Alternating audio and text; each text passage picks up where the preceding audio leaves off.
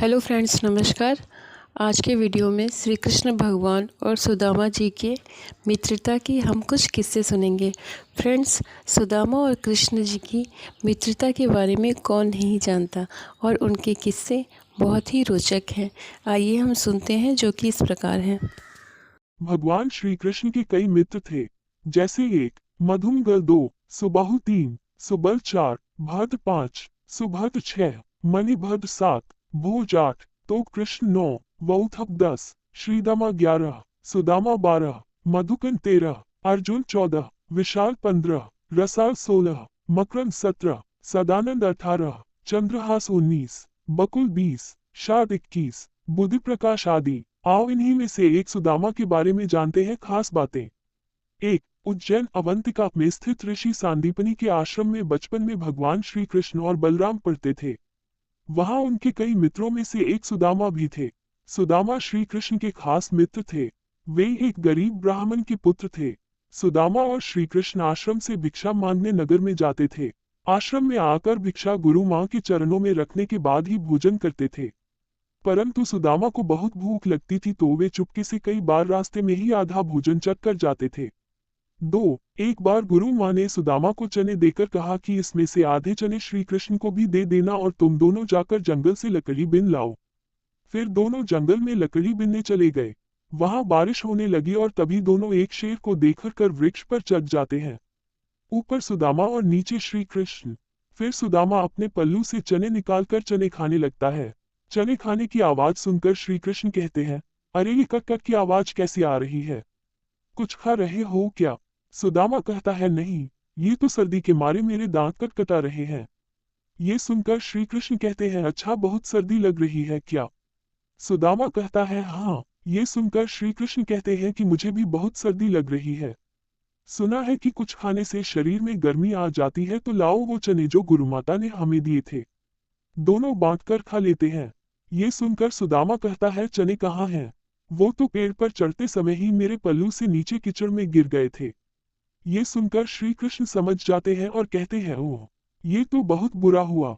ये सुनकर नीचे की डाल पर बैठे भगवान श्री कृष्ण अपने चमत्कार से हाथों में चने ले जाते हैं और ऊपर चढ़कर सुदामा को देकर कहते हैं कि पेड़ पर फल तो नहीं, लेकिन मेरे पास ये चने हैं। सुदाम कहते हैं, ये तुम्हारे पास कहाँ से आए?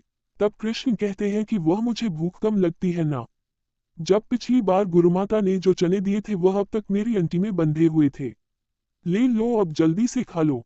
ये सुनकर सुदामा कहता है, नहीं नहीं, मैं इसे नहीं ले सकता। तब श्री कृष्ण पूछते हैं, क्यों नहीं ले सकते? सुदामा रोते हुए कहता है कि क्योंकि मैं इसका अधिकारी नहीं हूं और मैं तुम्हारी मित्रता का भी अधिकारी नहीं हूं। मैंने तुम्हें धोखा दिया है कृष्ण, मुझे क्षमा कर दो। कृष्ण कहते हैं, अरे, जिसे मित्र कहते हो उससे क्षमा मानकर उसे लज्जित न करो मित्र। इसी प्रकार एक बार श्री कृष्ण सुदामा को वचन देते हैं कि मित्र, जब भी तुम संकट में खुद को पाए तो मुझे याद करना, मैं अपनी मित्रता जरूर निभाऊंगा।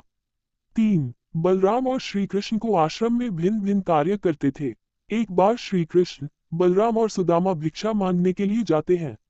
एक द्वार पर खड़े होकर तीनों भिक्षामदेही कहते हैं, तो एक महिला अपनी बेटी के साथ भिक्षा लेकर बाहर आती है और कहती है, ब्रह्मचारियों, आज आने में बहुत देर कर दी।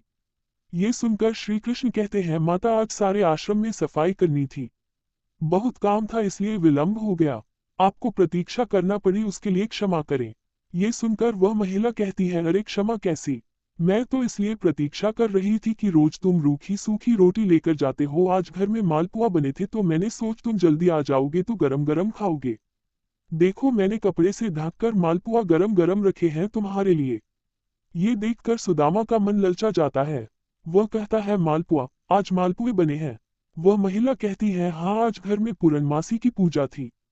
फिर वह तीनों को मालपुए देकर कहती है, अब इसे जल्दी से खाओ, गरम गरम खाने में आनंद आता है। सुदामा तो खाने ही वाला रहता है कि तभी श्री कृष्ण कहते हैं, नहीं माता, हम यहाँ नहीं खा सकते। वह महिला पूछती है, क्यों? तब श्री कृष्ण कहते हैं कि आश्रम का यही नियम है कि सारी भिक्षा गुरु चरणों में अर्पित कर दी जाए, फिर वो उसमें से जितना दे वही हमें खाना चाहिए। ये सुनकर सुदामा को अच्छा नहीं लगता है। ये सुनकर वह महिला गुरु के लिए भी मालपुए का एक पैकेट देती है। अब उन तीनों के पास 4 पैकेट हो जाते हैं। फिर तीनों वहां से चले जाते हैं।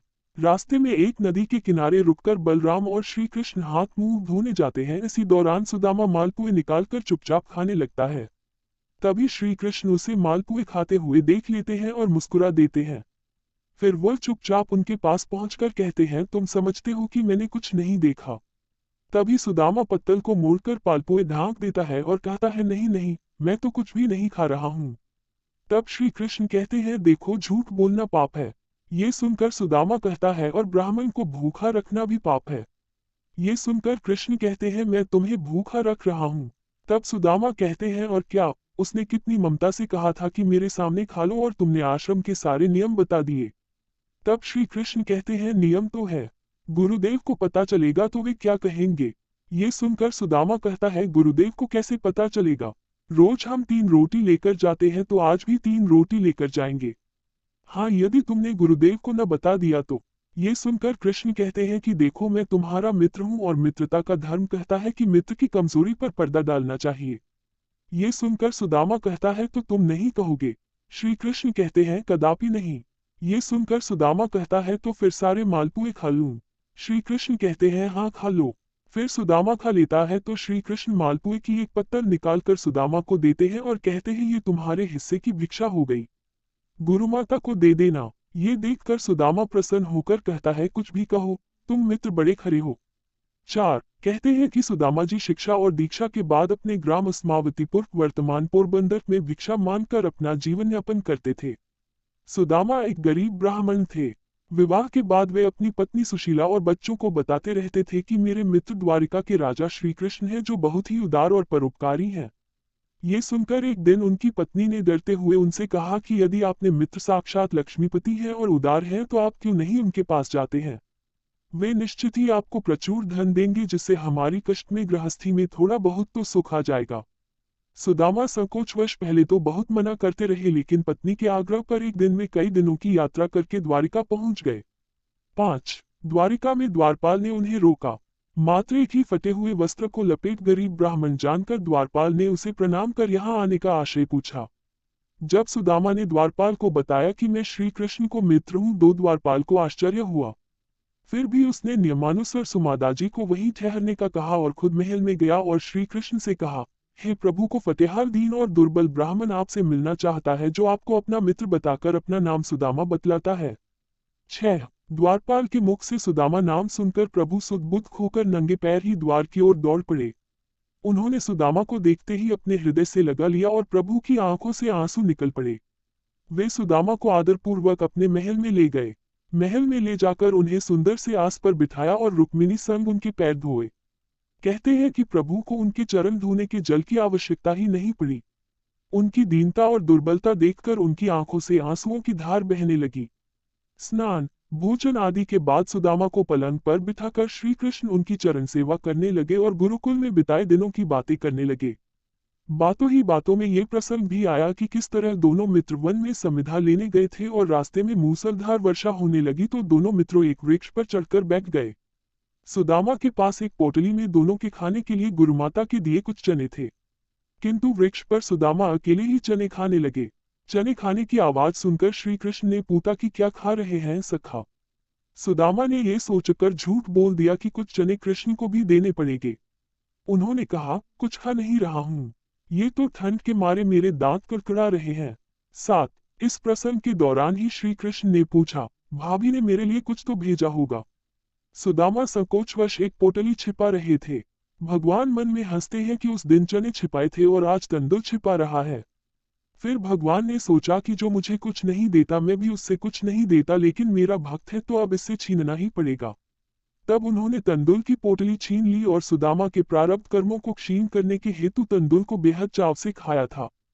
फिर सुदामा ने अपने परिवार आदि के बारे में तो बताया, लेकिन अपनी दरिद्रता के बारे में कुछ नहीं बताया। अंत में प्रभु ने सुदामा को सुंदर शैया पर सुलाया। 8 फिर दूसरे दिन भरपेट भोजन कराने के बाद सुदामा को विदाई दी, किंतु विदाई के दौरान उन्हें कुछ भी नहीं दिया। रास्ते भर सुदामा सोचते रहे कि हो सकता है कि उन्हें इसी कारण से धन नहीं दिया गया होगा कि कहीं उनमें अहंकार न आ जाए। यह विचार करते करते सुदाम अपने मन को समझाते हुए जब घर पहुंचे तो देखा, उनकी कुटिया के स्थान पर एक भव्य महल खड़ा है और उनकी पत्नी स्वर्णाभूषणों से लदी हुई तथा सेविकाओं से घिरी हुई है। ये दृश्य देखकर सुदामा की आंखों से आंसू निकल आया और वे सदा के लिए श्री कृष्ण की कृपा से अभिभूत होकर उनकी भक्ति में लग गए। जय श्री कृष्ण। ऐसे ही रोचक कहानियों के साथ आप सब जुड़े रहिए फ्रेंड्स। और महाभारत की कथाएं सुनना अच्छा लगता हो या रामायण की कथाएं सुनना अच्छा लगता हो या वेदों शास्त्रों पुराणों के बारे में जानकारी प्राप्त करना अच्छा लगता हो या पूजा पाठ से रिलेटेड कोई भी जानकारी चाहिए या तीर्थ के बारे में कुछ भी जानना है, please like comment subscribe share it. Thank you friends. हम फिर मिलेंगे अगली वीडियो में, तब तक के लिए नमस्कार।